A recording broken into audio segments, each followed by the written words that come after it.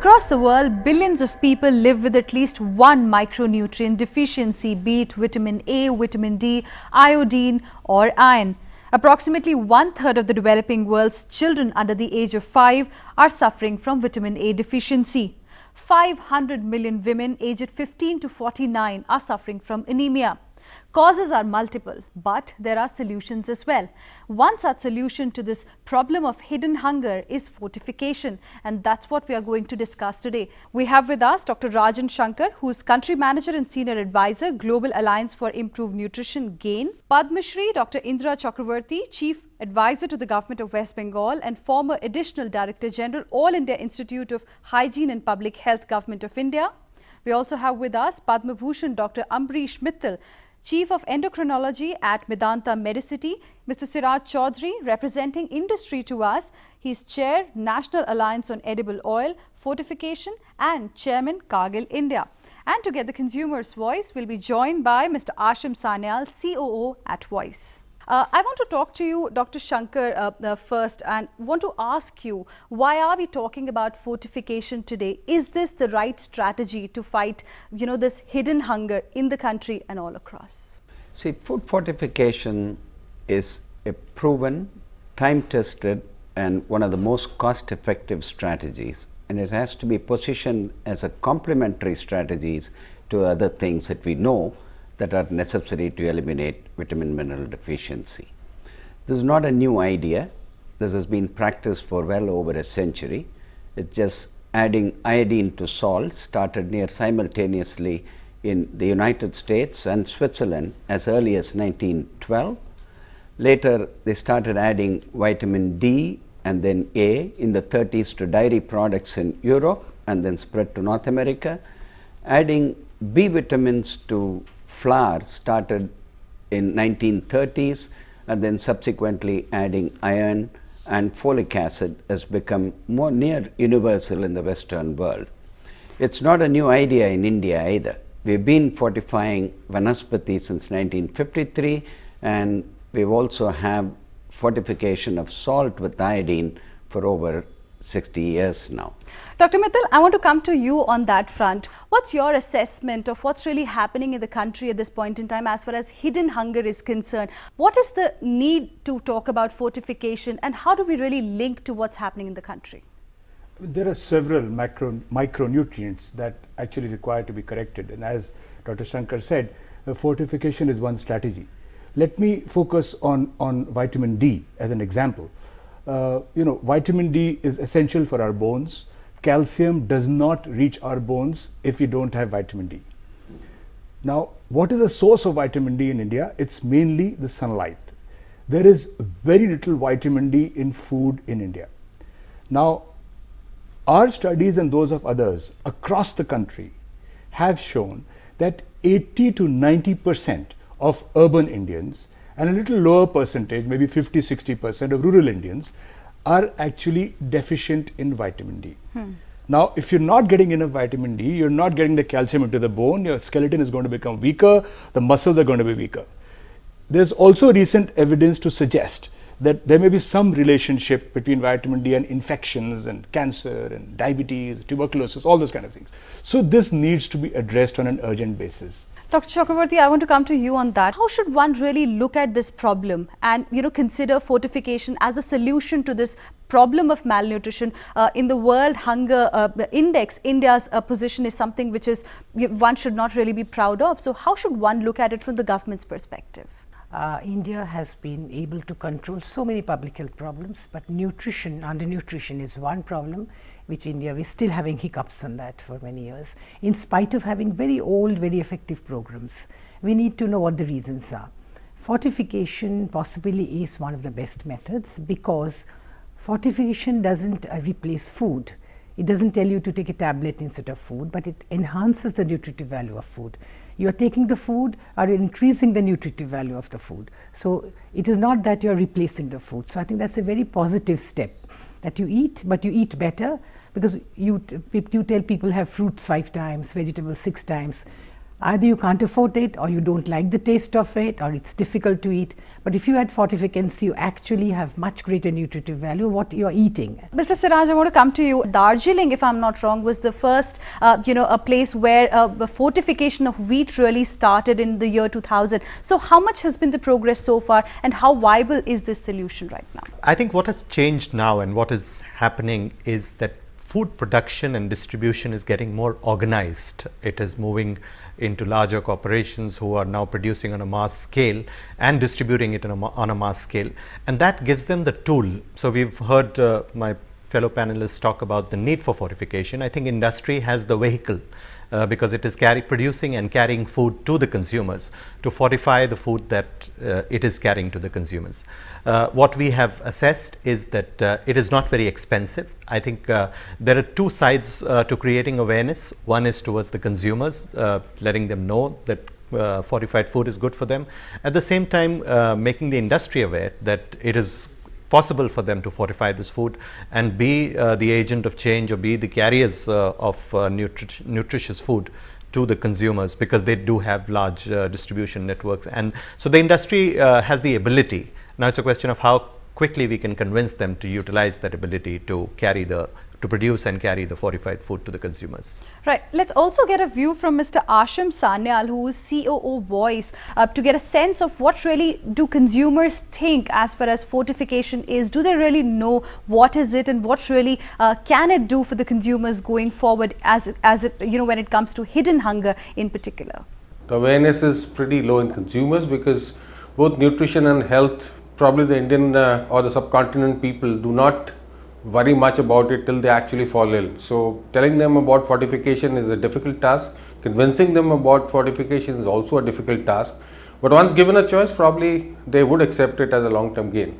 So Dr. Sankar, what really can we now do to reach out to those people? The GAIN, Global Alliance for Improved Nutrition, in association with the state governments in Madhya Pradesh and Rajasthan, and also in collaboration with wheat and oil industry, have very successfully fortified and reached large number of population in both these states.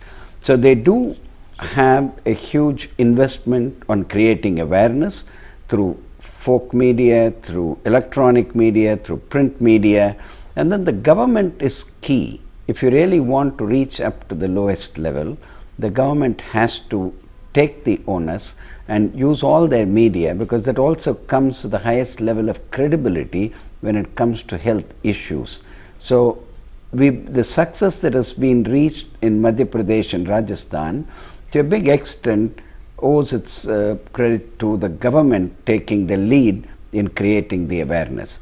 Dr. Chakrabarty, you would want to respond to that? How can government increase, its reach from these two states to other parts of the country now? Actually, Hina, just to say why people still have, they do not know, they do not recognize fortification as one of the major methods. Possibly because in 1990s, there was still a feeling in India that fortification wasn't good for the kind of diet Indians took. There was a lot of, because the Western world, the developed countries, all had everything fortified. While when it came to India, there was a feeling that the kind of diet we have, it will be very difficult to fortify that kind of diet. There's a lot of restrictions on that. But eventually, there was much better technology which was available. Again, was one of the foremost leaders in bringing that technology into the country, whereby you now have excellent methods of fortifying, for example, wheat flour atta, which is a whole wheat flour. The rest of the world fortified refined flour, maida. So now you have excellent technology of how to fortify whole wheat flour atta. Just about 10% of the population at this point in time consumes packaged food in particular.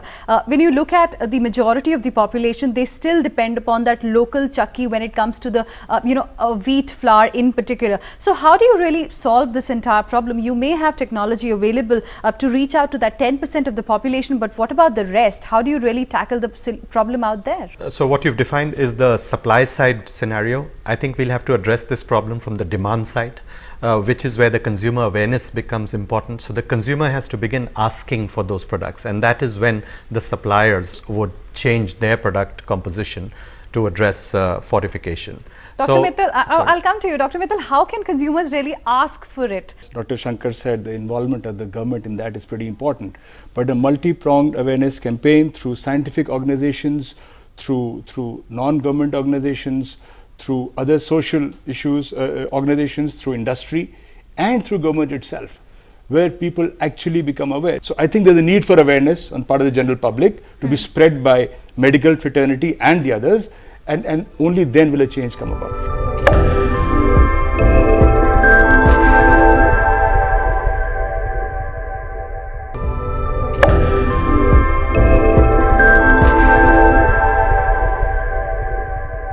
From an industry's perspective, which are the key products or key foods which can really be fortified at this point in time? While we talk about nutrition, it may not be possible to take the nutritious food to everyone, but it is possible to fortify the foods that go to everyone. Right. And the food that really comes in as one of the leading category is edible oils, which purely from a marketing perspective, 95 to 99% households in the country consume edible oil. So it's not being consumed because it's a health thing, but it's a need of food. And it is across the country, because wheat may be predominant in certain parts of the country, while it may be another cereal in another part of the country. So we felt that edible oil is a great, I mean, it's high penetration, but it's also a great carrier of vitamins, so vitamin A and D. And I think that's where the opportunity is. The other element which makes it even more attractive is that the cost of fortification relative to the price of oil is very low. So I think the impact of it can be very well borne by the industry rather than passing it on to the consumer. Dr. Sankar, now, Mr. Chaudhary has mentioned that oil can be the right thing, probably to fortify when it comes to the industry in particular. In India, we don't use oil for salads and all. We fry, we love to deep fry, we love to cook, our food in lots of oil and ghee and all that. So how do we ensure that the, amount of nutrient value that we are putting into the oil when it's being sold, that's the right level and it doesn't get lost probably, after frying it for the first time probably? Yeah, I'll just go a step back and say that we have been fortifying a form of oil or fat since 1953. The government of India mandated adding vitamin A in Vanaspati as early as 1953, and that continues as a law. For several decades now, they are adding vitamin A and D. There are several studies conducted globally as well as in India by CFTRI and OTAI in Kanpur to look at how much of the added vitamins is lost by the Indian ways of cooking. Right. Some is definitely lost, but in the worst case scenario, when you do deep fry and use the oil fourth time, you lose as much as 50%. On an average, in most Indian cookings, you lose less than 20% of the added vitamins. So you take care of that, and depending on the quantity that people consume and knowing that you want to provide less than half of the daily requirement, ideally about 30% of the requirements, you adjust the amount to be added. So the simple answer is you do lose some vitamins when you deep fry the oil, but the loss is not very much. It still is an effective medium to provide the nutrients to the population. And I completely agree with my co-panelists that something's better than nothing. Even if you lose 20% of what you're adding, it's okay. You're so low in your vitamin levels. If you can get it a little bit up, I'll be happy. If you can get it even more up, I'll be happier.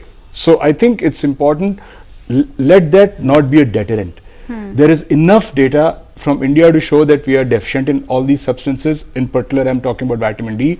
There is enough data to show that correcting it helps. And there are studies done, for example, on vitamin D fortification of milk, as an example I'm saying, and even oil now in India, which show that it works. One of the things which I feel we could do better is simplify the language. When we talk about vitamins, I think the man on the street probably does not relate to it as closely.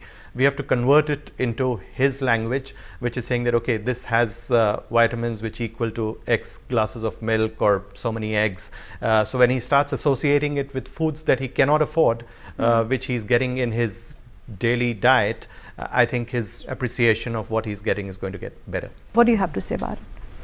See, one has to be definitely be mindful of when you do a public health measure, what are the risks, and we should also weigh what are the benefits. But going by whatever my co-panelists have said and what we know, I think the benefits at the current moment of a large scale food fortification of edible oil or wheat flour or milk, certainly the benefits far outweigh the theoretical risk. It is not to say that there is no risk at all, and that is the role that the government plays, the regulatory authorities play. This is not a new idea. Several countries have been doing. Like what Professor Mittal said, the problem is huge, and it is just time to act. It is not to say act and just forget about it. Act and you can, course correct as you go along. We don't have to reach a perfect solution. This is a solution which is complementary to the other things that we may have to do. There is not a perfect solution. It's not going to reach everybody. It's going to leave out some people in the remote rural areas. But this is a good solution that is time tested, cost effective, proven, and it can make definitely a huge contribution in our fight against vitamin mineral deficiency. Hina, if you look into the amount of fortification, that amount of fortificant that is added, it's usually, if you look into the amount, it's about 1/4 or less than half of the total nutrient needed, the recommended daily allowance that we say. So it's far less than the maximum amount that you can have. So the risk of overdosing is nearly very minimal, because it's not a pill that you're taking, a concentrated vitamin. It is a 1/4 or even less than half or maximum half of the total daily intake that you're allowed to have. So overdosing or having extra is the chances are very minimal. So I think the risk factor is very less. We have to make efforts at two levels. One is to keep this what I would call low intensity method sustained for a long period of time and make it a normal practice rather than an exception. And then there would certainly be populations which would need targeted interventions, and I think that's where the state governments come in. Since we are running short of time, Dr. Mittal, one last comment from your side. I think all the armies of the world cannot stop an idea whose time has come. Right. And I think fortification has reached that stage. Right. And I think ultimately the government should make it mandatory for oil and milk to be fortified. That will be, as happened with iodized salt, that will be the day. All right, so the verdict is out. There are risks, but there are benefits as well. And eventually, it's the consumer who has to make a conscious choice. Thank you for watching.